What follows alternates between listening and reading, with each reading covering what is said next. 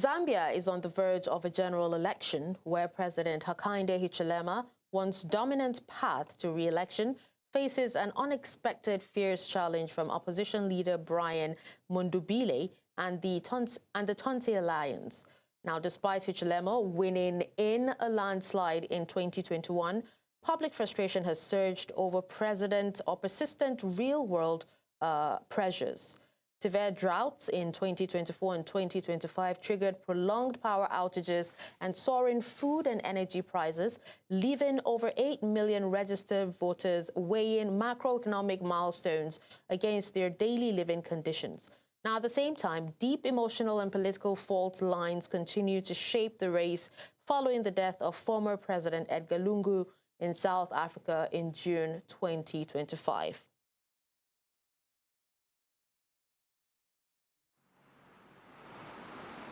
The countdown to who will lead the copper-rich country into its next chapter has begun. 14 candidates are contesting the presidency, but the race has largely centered on the incumbent, President Hakainde Hichilema, and the main challenger, Brian Mundubile. Hakainde Hichilema, popularly known as HH, is seeking a second term. Since taking office in 2021, he has overseen Zambia's debt restructuring and efforts to stabilize the economy. But despite these gains, many Zambians say they are still feeling the pressure of high living costs and economic hardships. When you look on paper, of course, the economy seems to be doing well, but we are not yet feeling the impact. But I can say change takes time, and I believe it should start from the paper and before it comes and affects every one of us. Opposing him is Brian Mundubile, a 55-year-old lawyer and veteran lawmaker. A close ally of the late President Edgar Lungu, Mundubile has emerged as the leading opposition challenger, rallying support under the Tonse Alliance. We are expecting anyone to win. We don't know if Mundubile is going to win or Hakainde is going to win.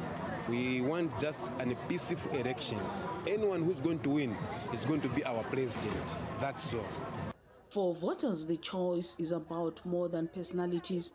Many are looking for stronger economic opportunities, lower living costs, and better conditions for ordinary citizens. We're expecting again the youth to give more jobs to the youths, and then the challenges that we are challenging, like the financial crisis we have here in Zambia, people are lacking lack of jobs. That's what we want the president to do when he comes in power.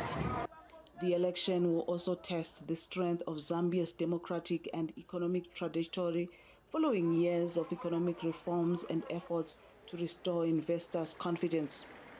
The question now is whether Mundubile can unseat an incumbent seeking to build on his record, or whether Hichilema will secure another mandate.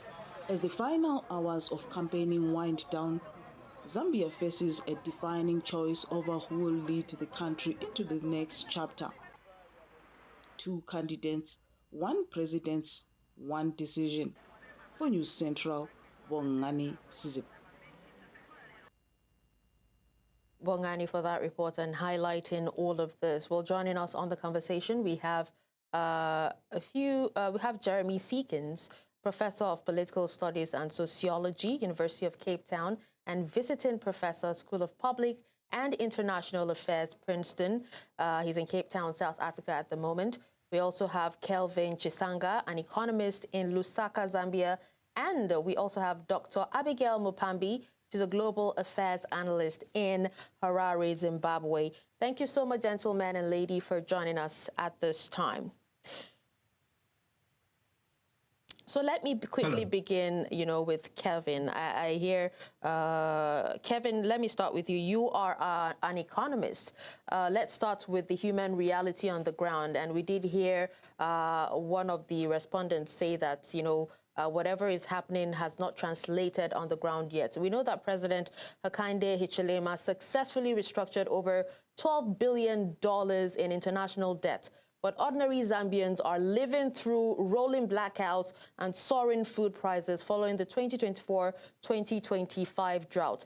So why has this, failed to translate into relief for the country's 8 million registered voters and more? Let's hear from Kelvin. Thank you so much for giving me this opportunity. I would love to, mention that Zambia has entered this particular period with very strong macroeconomic benefits, but of course with a challenge to do with a ground level effect on communities. Owing to the fact that, yes, we have had a number of difficult situations that we are facing as a country, especially at the point when we had the external shocks, which we have now normalized as we speak right now. But again, the key factor that really has led to even the situation that we have seen in terms of positive macroeconomic objective being attainable, it's because the debt issue was quite an important aspect that we needed to underscore. But again, with an aspect of what we have seen, I think it's important to highlight to say that with the current electoral credibility and public confidence, I think the issue of transmitting the effect that we have seen so far on the positive development of the macroeconomic part can only be able to be attainable if we get to, value retention, as well as also looking at triggering high level of productivity at national level. So the key factor that has also led to what we have seen so far in terms of having, sort of a poor situation, it's an issue to do with, certain sectors that have basically given shape into our economy when it comes to the GDP profile, contribution. Mining, in particular, has not given so much of the absorption of people working out there. And again, because of different transitions that we should also to point from there. So overall, the 2026 election is a test of institutional independence and many other aspects that we should be able to mention from there. All right, so let me come to Jeremy. Jeremy, let's talk about the 50% plus one rule, which means that Hichilema must win an absolute majority in the first round to avoid a runoff. So given that he won by 59% in 2021, which specific voter demographics or regions have slipped away from him to make analysts call this a dead heat? Yes, good evening. In 2021, in the last election, HH, as he's known, Hakainde Hichilema, as you say, won by a landslide, almost 60%. To the incumbent, then incumbents less than 40%. So it was a very, very impressive victory. Subsequent to that, opinion polls suggest that HH's support has held up relatively well. I would be very surprised if he doesn't win the election in the first round. In other words, he doesn't get more than 50% in the first round. But that said, the challenger, Brian Mundubile, has performed a lot stronger than anybody, myself included, expected. I do a lot of work on polling in Zambia with colleagues in the Zambia Election Research Network, and Brian Mundubile was really not on anyone's radar screen a year ago. He's really come out of obscurity and done extraordinarily well. Now, you asked which provinces appear to be swinging behind Mundubile away from HH. And the answer seems to be really the Copperbelt and Lusaka. These are the urban provinces which swung behind HH in 2021, having previously been really strongholds for the former ruling party. So it's the urban areas of Copperbelt and Lusaka which really appear to have defected from HH and his party. Okay.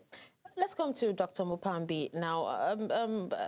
Let's talk about, the unburied remains of former President Edgar Lungu in South Africa, which has become a massive political flashpoint.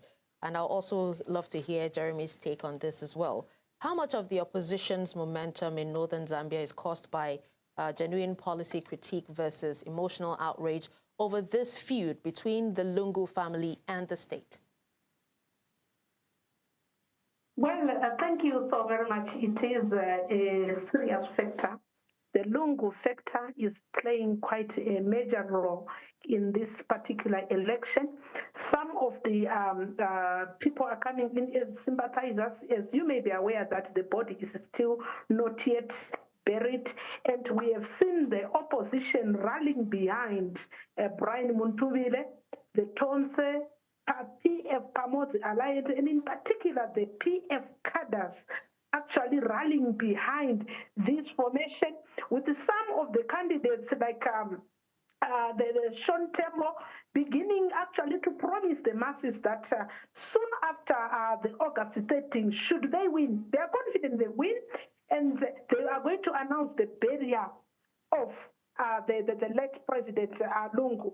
That alone speaks to how much the Lungu factor is playing a major role in this whole matrix. But I also feel that the incumbent president should have done probably much in also managing this political dynamic, because if you look at the moment, more than 30 political parties, smaller political parties have come together behind the agenda, which is seemingly a PF agenda, sympathizing factor behind Brian Mundubile, and also the other elements like the sympathy drawn because of the violent environment that is right now erupting in Zambia.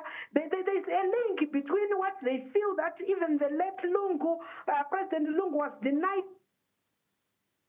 This sympathy, extreme sympathy aspect is actually a factor in this particular election. And this is what I feel. I also feel that they are anchoring their campaign behind even the words of the late president. So I think there is a bigger factor coming from that issue. Whether it's ethical or it's unethical, it's another question. But they are actually anchoring their campaign in that direction. All right, so let's go ahead and hear Jeremy's thoughts on the Lungu, versus the state. Yeah, so I think I agree with the commentators. I think that the Edgar Lungu burial issue appears to me to really be a symbolic one.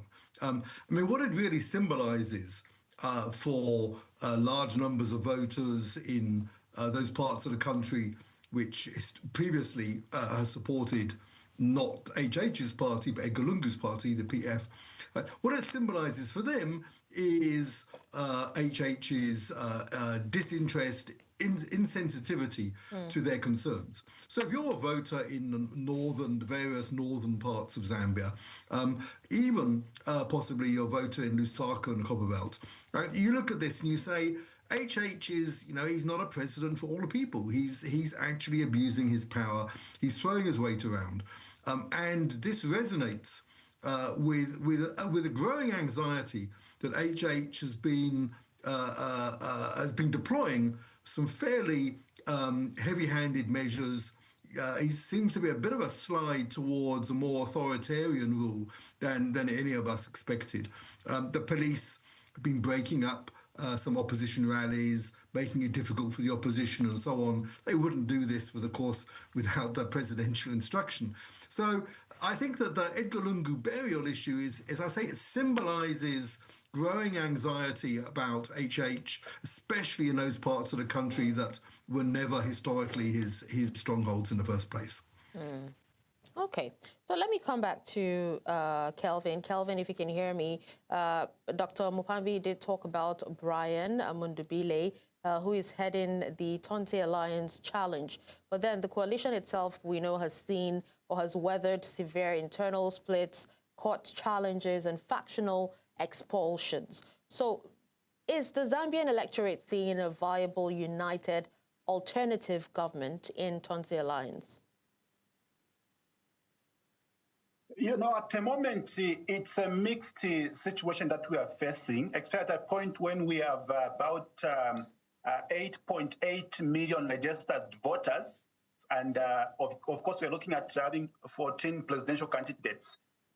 With 10 provinces and also with the 26 constituencies which need to be looked into, this basically is presenting an opportunity for most of the Zambians in the case, but with regards to what we are seeing between the two people, that's HH and Mundubile, there are a lot of contradictory aspects that are also taking place in between, because HH's people are thinking that Mundubile is coming with a united opposition, which has a past events of Edgar Lungu and many others. And if you are to just dive back into what basically transmitted in the minds of Zambians in regards to what happens during the time of Edgar Lungu, the narrative is totally different. And again, if you look at HH's position, HH has brought a lot of credibility to the governance system, has brought a lot of things that are basically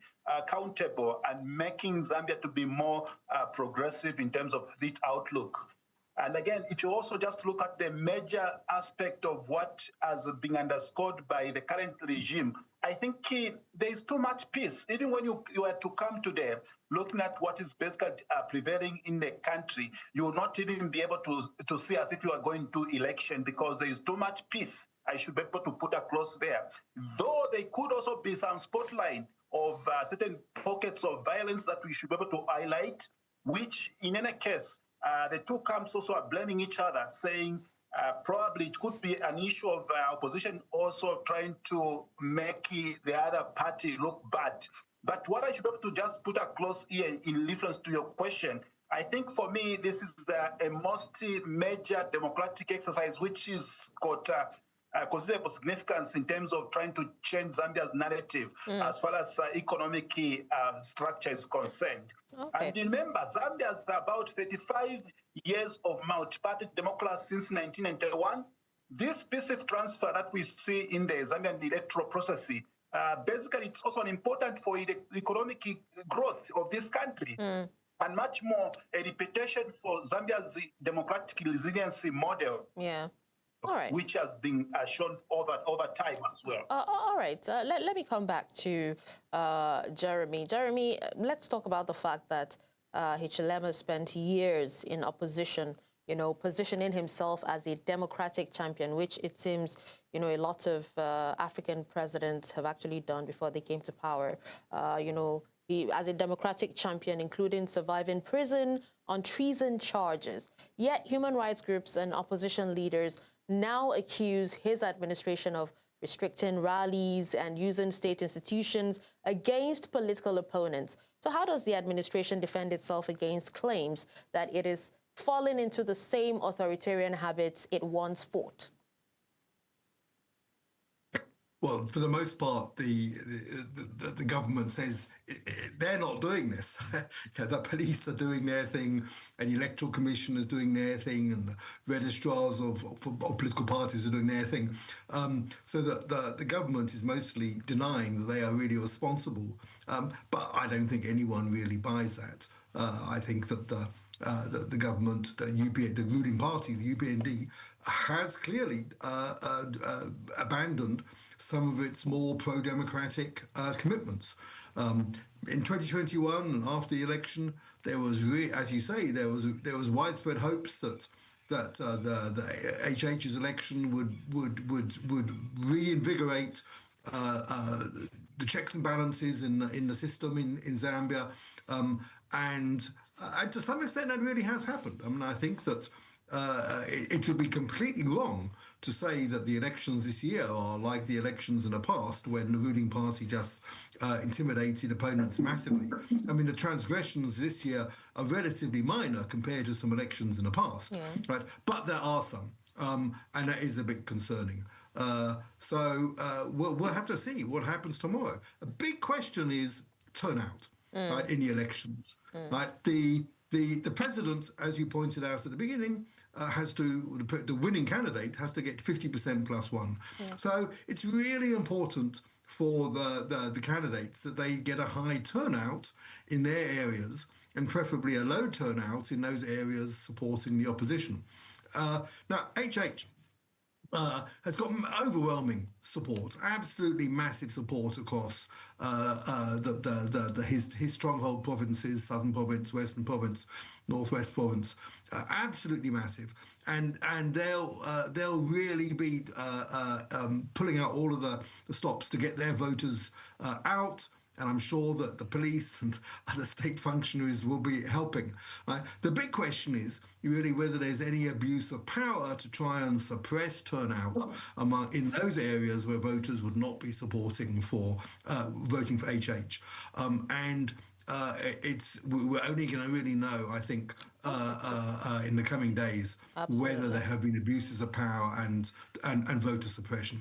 All right, so let me come to Dr. Mupambi, because Jeremy did say that the UNDP has abandoned its democratic, commitments, but then Zambia also updated its electoral framework to a mixed member majoritarian system, creating 40 proportional seats, including 20 reserved for women and 15 for youth. So, Dr. Mupambi, will this constitutional shift dilute parliamentary control or consolidate UPND's dominance across the 20 or 280 seats National Assembly? Well, thank you very much. Electoral reforms towards election, and in particular, in this instance, critics in the opposition have always been accusing the ruling party of wanting to consolidate power, but with the dynamics at the moment, personally, I feel that the issue is not around the system that has been introduced by electoral reform.